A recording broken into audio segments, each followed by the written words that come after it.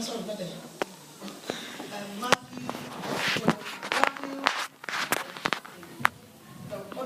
Matthew 14:20. Matthew 14:18. Sorry. Yes, Matthew 14:18. He said, "Bring them hither to me." Yes. And he commanded that the multitude to sit down on the grass, and took the 5 loaves and the 2 fishes. Looking up to heaven, he blessed and brake and gave the loaves to his disciples, and the disciples to the multitude. And they did all eat and were filled. They took up the fragments, and they took up the fragments that remained 12 baskets full. And they that had eaten were about 5,000 men, besides women and children. And straightway Jesus constrained his disciples to get into the ship and to get before him unto the other side, while he sat with the multitude away. And he and sat the multitude away. He went up into a mountain apart to pray. And when the evening was come, he was there alone.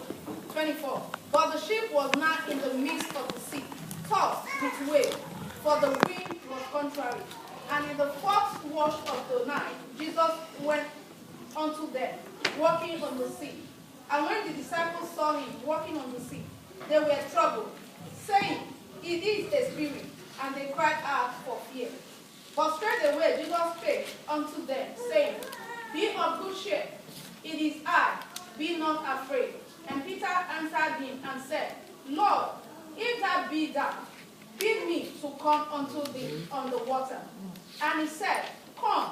And when Peter was come down out of the ship, he walked on the water to go to Jesus. But when he saw the wind boisterous, he was afraid and beginning to sink. He cried, saying, "Lord, save me." And immediately Jesus stretched forth his hand and caught him, and said unto him, "O thou of little faith, wherefore did thou doubt?" 32. And when they were come into the ship, the wind ceased. And they that were in the ship came and worshipped him, saying, "Oh, of a truth, thou art the Son of God." And when they were gone over, they came into the land of Gennesaret. God bless you, man. Hallelujah. Father, we thank you for your word we have heard. Father, let your word open to us today. In Jesus' victorious name. This is a scenario that is very familiar to most of us, especially those of us that probably went to children's section, from the school. We've heard about the story several times, how Jesus was able to feed a crowd of a multitude of 5,000 outside women and children with just 5 loaves and 2 fish. We're told that when he has done that, because he did not want to send a multitude away. I'm not going there, but I just want to just talk briefly about the multitude. You know, Jesus had the disciples. He also had a multitude. And he loved all. Praise the Lord. So the multitude had been with him for days. So he understood they were hungry. He saw their physical need. He understood their spiritual need. But first, if he does not attend to the physical need, these ones will die. You know, for a spirit to walk, you need the body. Hallelujah. So he met their physical needs, sent them away. Because he was on a mission, he had a purpose. So he called his 12. So listen, go to the other side. Because the business you are into is not just meat and drink. It's not food. For these ones, food is okay. They have gone. Because you need to go back to these ones later. So Jesus wants to bring his disciples to fruition. He wants to bring them to maturity. So go and the boat, get over to the other side. And we'll discover in verse 34 we're to go to a different place. This is Jesus, the master, the creator. Said, go over to the other side. Let me go and pray. But what happened? Was it so easy? Did they find it easy getting to the other side? Jesus sent the message. Jesus gathered them. Jesus assigned them. Go over. We will expect that if God speaks, everything should obey. What do you think? When Jesus himself, the Alpha, the creator of everything, everything should obey. They should understand. Listen, Jesus was an assignment, but Jesus has sent them. He has just performed a miracle. After, nothing should stop them. Praise the Lord. So with confidence, they hopped on the boat and they were going. If you go to the I think it's NIV or anything, it says when they got to the middle, they were far from land, a place where they cannot run back. They got there and the enemy was waiting there. Hallelujah. They got to the center. They were excited. They were on their way to obey the master. But when they got to the middle, Jesus was no longer this. And don't forget, he was praying, waiting. And when they got to the midst, they said a boisterous wind. A translation says a very strong wind came against them. Were they on their way to do their own mission? No. Were they on their way to make money? No. They were just on assignment. So I don't know how many of us are seated here today. You are called of God, it's true. Don't just think because God's call is on your life, everything will fall in place. Is it because God is not big enough? Is it because God is not strong enough? No. There are times we need to mature. We need to experience God in such a way that when things come, we don't need to run helter-skelter. God was going to show a message. He was going to reveal a different thing to his disciples. But as soon as they were struggling, the Bible said they were battling on their own. I don't think it's King James. I saw a scripture yesterday. It said, as they were just there battling, I think it's Living Translation, they were battling and struggling. They just couldn't. And at the same time, they saw Jesus walking on waters. I don't know what sin you are in. I don't know what situation is confronting you today. You are battling on your own. God is not far. He's very there with you. But at that time, they cried out, this must be a ghost. I said, no, it's me. Thinking that will reassure them. It is I. Don't be afraid. Peter went, listen, if it's me, you tell me to come. But if you watch this scenario, the wind is still against them. But at the side of Jesus, they were able to focus and they started an interaction. So many of us, we have problems. We get on our knees to pray. At that time, we can focus. We can address the situation. Father, in the name, I take authority over against this. And we have scriptures, and we read over them, and we have confidence. But what happens when we rise up from there? A lot of us, sometimes we think it can be instant, like instant coffee. You know, coffee, we have instant coffee, just pour the water, you can drink straight away. Life sometimes is not like that. That we have prayed, that we have fasted, that we have put scriptures. It is done spiritually, but it's waiting for time for manifestation. A lot of us now get discouraged and say, but I have prayed. In fact, it's 14 days. In fact, it's 3 weeks. But things are not changing. But all we need to understand is that because you have said it, the Father has had, it is sealed. But God is waiting for an appointed time for manifestation. And at that time, what you need is focus on Jesus. Focus on what you did in the secret room with him. Focus on the words you rehearsed together. What he told you and what he said to you. That is what you need to get through to the fruition. Praise the Lord. And as he did that, he hopped on water quickly, Peter. And I'm sure at that point there was emotion. Because if not, as he hopped on, he said he was walking. But what happened? He now saw. I don't know what you see after prayers. I don't know what you give attention to after much fasting. When you leave church, I don't know what you choose to see. Jesus was still very much in vision. He was still very much where he was. And if anything, Peter was going to be advancing towards him. But in that process, the enemy is so stupid. He was still working against. And Jesus did not stop the wind. He did not say, come, let Peter come. And if we get to the end of the story, Jesus said, Peter of a little faith. But I would have expected Jesus to say, listen, you know this guy will back then, and you can fix it. We don't just say, wind, stop.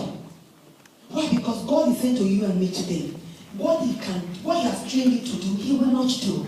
Before this time, he has performed miracles in your sight. Before this time, he has done so much. And if you and I can recall and think back, there's so much God has done for either your brother or your sister or for somebody you know. Why are you still so much in a state of anxiety? You are waiting on God to, because I'm waiting for you to speak. All Jesus wanted Peter to say was, peace, be still. Or speak against the wind. Because why would Jesus rebuke Jesus? And why would Jesus rebuke Peter? Come on the water. Oh, come. And as he came, did the wind stop? No. Why did the wind not stop? Because Peter did not speak. It's true, I pray to Jesus. You need to address your situation. Hallelujah. Amen. Are you still with me? Yes. You are seated here. Quote all the scriptures. You need to address your situation. God will not come down again. He gave you mouth. He gave you the word. He gave you the Spirit of God. He's giving you, He's made you see testimonies. You've heard of testimonies from others. It's your turn to shine. Amen. You must not from today. What you've seen Jesus do in the lives of others, you begin to do same. That's all the lesson Jesus wanted to show Peter then. The storm was against them. The storm is against you. It's not because you are so evil. It's not because you are so weak. It's not because you are not prayerful. The reason is you are so full of prayer and you fail to address your situation. You are pleading. God said, there's no need to plead in this matter. Just speak. And just gave them the answer at the end of it. He said, he came in and stepped and the wind ceased. And again, while I was preparing that lesson, another school of thought came to my mind. Is it possible after prayers, the walk is not pleasing to Jesus? That could be another thing. Because let me come. Oh, come. Did he want it to come to shine to the others and closer to Jesus? And did not have what it takes to really walk on the waters. To walk on waters, you know, to walk on troubled waters. To walk over your problems with confidence. You don't need just speaking. It's not just speaking in tongues. You need your inner man with full understanding that yes, you're not living to please man. You're not living to attract the enemy. You are living to show that yes, you've been grounded in the word. Jesus, if it's you, beg me to come. And for so many of us, that's the stage we're in. God, if you're really God, show yourself. And God shows up. And we are full. We don't know what next to do. Oh God, yes, give me the anointing. The anointing comes. What will you do with it? So we begin to sell it in handkerchiefs. Praise the Lord. And the enemy is using it to mess everything up. When the enemy now shows up, they have no foundation. Where are we in our walk with God? It's a year of kingdom mandate. Christ is in with us. But we must have this understanding that he has not assigned us and left us behind.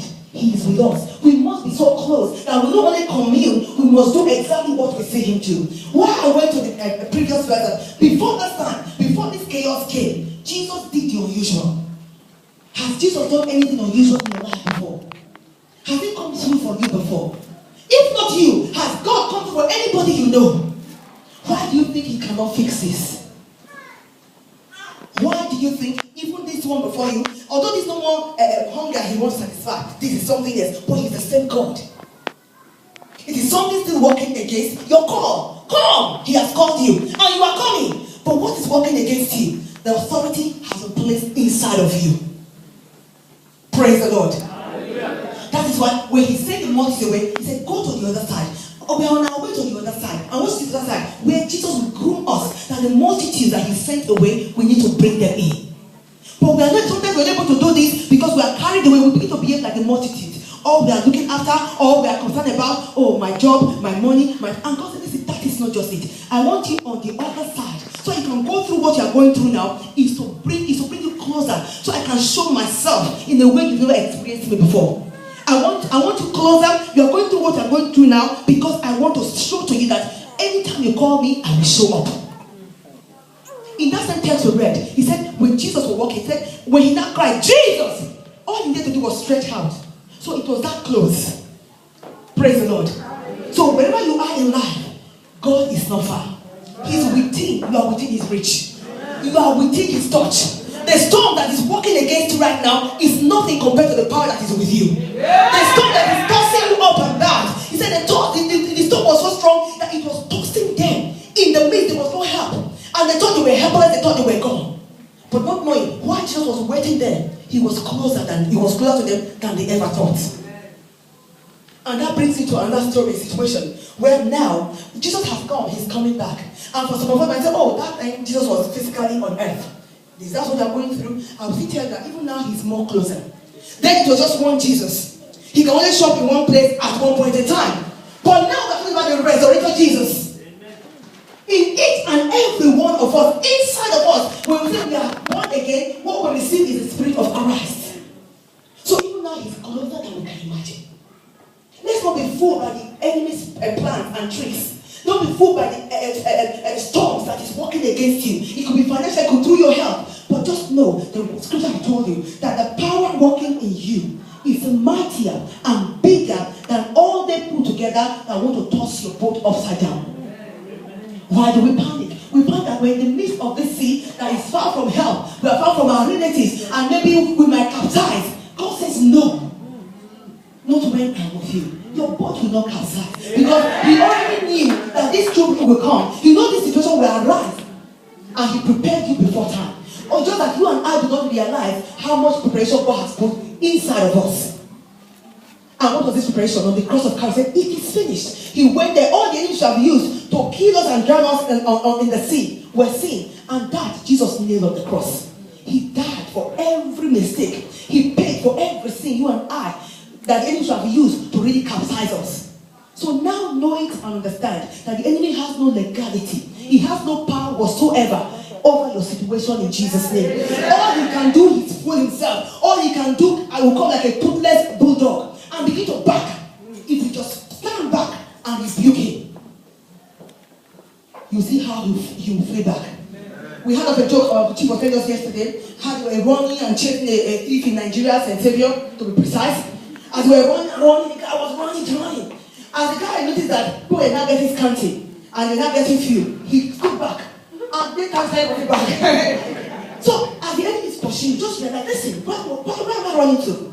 And stand, take your stand. Take your stand. Listen, let me see what you are going. Let me see the end of the enemy today.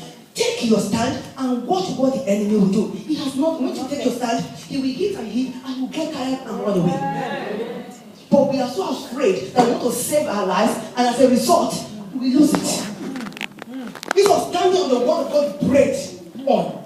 Lord Jesus, I thank you for this healing. You rise up, the headache is still banging. And because you can still feel the headache, you forget what Jesus told you to close it. Oh, maybe paracetamol, or maybe MRI scan, or maybe X-ray. Oh, no. The prophet did not work. Pastor just lay hands. Oh, then one anointing oil, or another water. And then Jesus is just waiting. Those who are running to have nothing greater in them than you have. But because they have the understanding, they are maximizing what they have. You that have no understanding, you run and get contaminated everywhere you run to. I'm not saying some don't have major anointing, but you have not even started using the little you have. So tell me why they will not sell it to you. Tell me why they will not make money from you. Tell me why they will not manipulate your home. Tell me why they will not want to depend on them. Of course they will redirect your destiny. Because they know you do not know what you have. Most of the times, those ailments and miracles you see, it's not them, it's what is your desire. It's the faith in you that pushed you there that God is rewarding. Most of the times, if you do not know. Jesus said it. Woman, your faith. I think I'm talking to somebody here.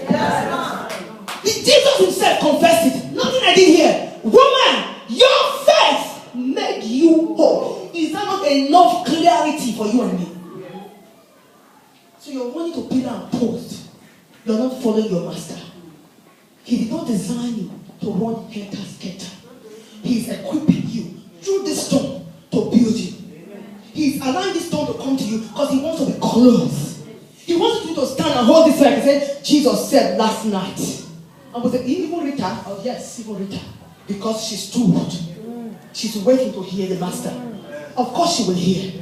But for you and I that will run from Peter to post. Jesus said, they said Jesus said, he said he will come. Jesus is coming. Hallelujah. They said we will be free. Who said? You can hear the same message before you come to church. Are you with me?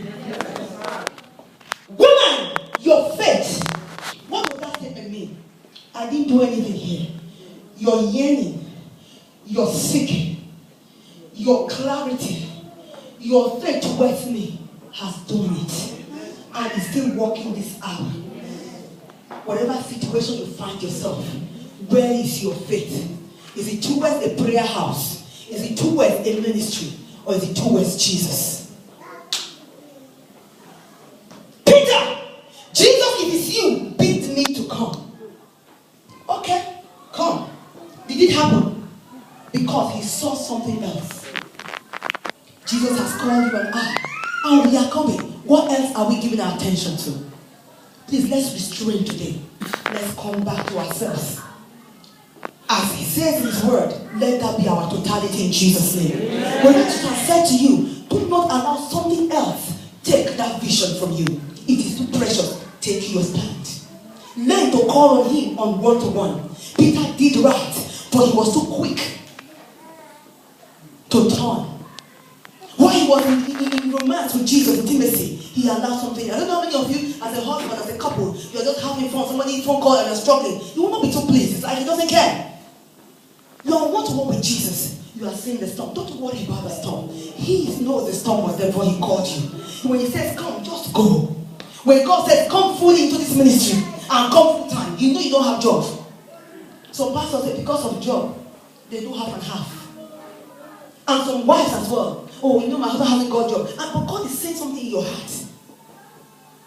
God is saying something in your heart. But because you are thinking of situation around you, you're not more listening. You begin to see the wind. How can I fix it? You're not called to fix any problem. He's your burden bearer. May the Lord open our eyes today to see that each time he calls us, let's just follow foolishly. We're not able, Peter was able to get there because he was behaving like you and I sometimes. Like a child. Oh, just jump. You know, they will just throw themselves at the house and jump. But we need to ration. If I jump from there, I don't know if we will be catch. I know Jesus said it, but I don't know. Just in case I put from there first before I jump. You know, we are delaying, we are taking time. We are not instant in obedience. We are thinking through.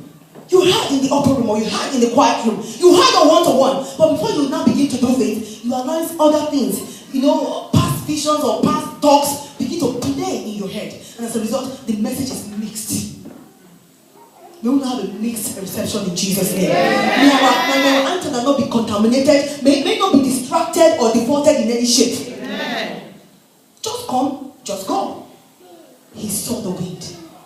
I pray in his call in our lives that every storm and every sea, may the Lord give us the grace to rebuke them first. Amen. To talk to them and believe, standing. Take your stand. Don't entertain any fear and anxiety. They will surely come. Because the word of God says, be anxious for nothing. So they will definitely, things that will make you anxious will surely come. But remember that Jesus, who is the author and finisher, he's in the boat with you. He is the master and he is the King of kings and the Lord of lords. He is the great man in battle. So when such battle rise up, what must we do? Quickly, let's go to the book of Ephesians 6.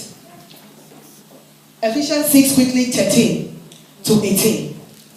Haven't done all your praying, haven't done all your standing, haven't done all your fasting. Now let's see what else we can do. The Bible says that, take your stand. Ephesians 6, 13. If you're there, please read for us. Wherefore, take unto you the whole armor of God, that ye may be able to withstand in the evil day.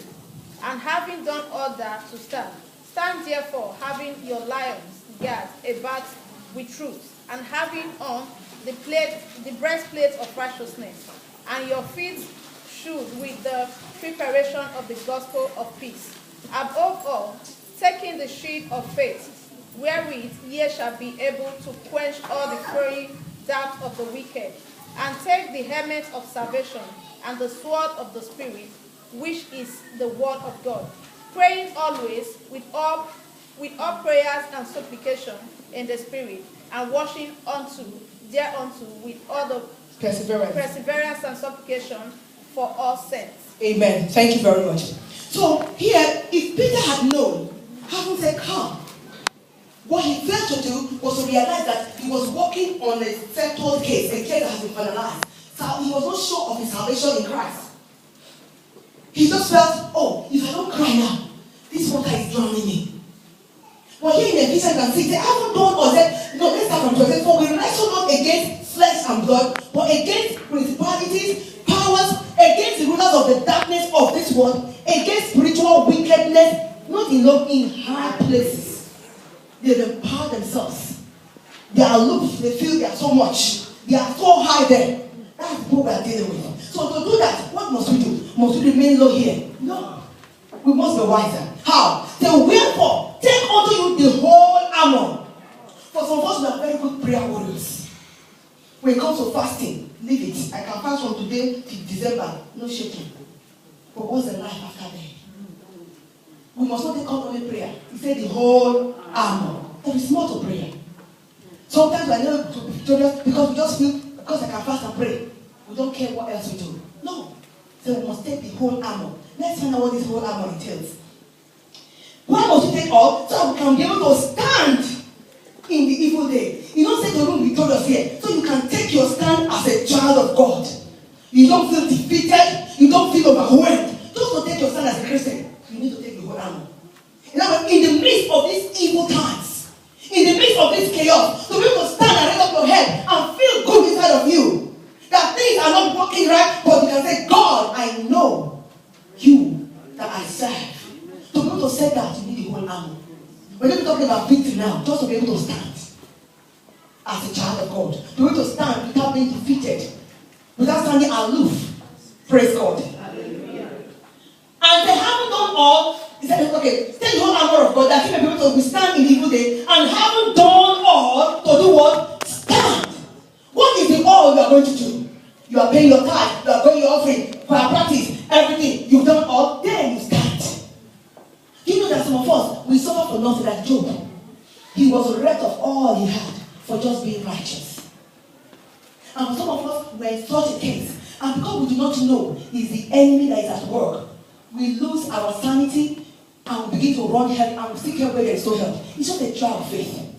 He was able to stand. He said, I will wait till my change comes. But what do? We don't wait anymore. Oh Lord, I've done all I can do. I don't know what God is around for me. Maybe, look, I don't know. God, if you're not there anymore, I don't know. Even John Baptist said, Jesus, if it's really you, are you the one to come or try on that one? He got so bound with John the Baptist that he got confused. So it's not our fault. It's the pressure of the attack. But here we are told, please take your stand, haven't done all. Don't run. If you've done all the scriptures require, don't run. Take your stand. Wait and watch the master. Amen? Amen. If you've done all what you do, don't run. Take your stand. Don't run from that marriage. You've done all the begging. You've done all the reconciliation. You've done all the fasting. Don't run. Don't say you must back and go. Take your stand. You trusting God for breakthrough. You've done all you can do. You've fasted. You've taken the best lawyer. You've paid. Don't then take your stand. Nothing more. You don't need anything. Take your stand. And what is that stand? God, now I stand on your word. I've done all I can do. I can't do no more. So I'm waiting on your finished work on the cross of Calvary. He will show up. He will show up. Because he sees you taking your stand. What is that stand? That you know that your Redeemer lives. And not just living, he's living for you. To bring you through this situation. That he did it for Peter, it is your time. He will also do for you in Jesus' name. Amen. Stand there for having your loins guarded about with truth. You've done all, don't be to compromise. Don't lie. Truth doesn't help this man. Like someone said to me, sometimes you say the truth, it doesn't say it will put you in trouble. If I say truth, you will slap me. I say it's not trouble, it's correction. But really sometimes we think like that. If I said the truth, I will end in prison. I'm not in prison, but you're in the freedom of God. And God can come through for you in that prison and give you an exceptional vocation, and you are vocated on your behalf, and you can be set free. Is that not possible? It is possible. Take your stand. Break yourself with truth. Re-examine your situation. Am I in the truth? What is the truth? I still feel the headache, but I am healed. The cancer is still growing, but by his stripes, I am healed. That is the truth. I will not make the symptoms make me change my statement, because that is not true. That my husband still beats me, or as the wife I still steal money, that is not the truth. What is the truth? That I am delivered. He's coming through for me. Take your stand. Speak yourself. Write yourself with the truth. Marry the word of God. Let the word of God come alive. Who tells you that God cannot heal arthritis? Praise the God. That the enemy says, oh, after this, and there's a scan next to say that you are going to paralyze. But Jesus healed every cripple. So, Lord, that's the truth. Lord, it's my turn. I've taken my medication. This is the truth. I am healed. But you're still living. Yes, that's what you see. But now it's coming through for me. Amen. Have your loins guarded with the truth. So the word of God is truth. What do you speak after prayers? Hey, you're still there. No, speak the truth. Stand in the truth. The job is not that I thank God this week the Lord is giving me a job. Paper or no paper, Lord, you qualify. And you disqualified. That is the truth. Your petition is still pending. God said he will make a way in the desert, in the river, in the Red Sea. That is the truth. He's coming true for you. That is the truth. That you don't carry me, doesn't mean you don't carry your baby.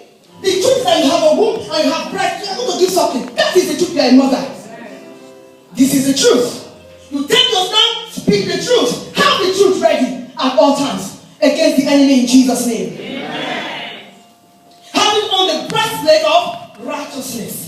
When you carry your breastplate on your chest, and what's inside the chest? You've got your heart, you've got the lungs. Everything that has to sustain life is in the chest. So cover your lungs. And what's in your lungs? Air, life. Protect it with righteousness. Right doing. Lord, I'm sorry. Do you know it's righteousness when you repent? That you fornicated today and you repented, you are not righteous as far as God is concerned. So cover protect your delicate organs that keep you going with right things. What the scripture says. Repent. Don't live in fornication and adultery and expect the grace of God. That is not the truth. That is not righteousness. In such evil times, God will not come through. Why? Because we are hindering Him. Hallelujah. Have the breastplate of righteousness. Respect your husbands, to your children. Treat them. Regard them. Have regard for one another. That is right doing. Forgiveness.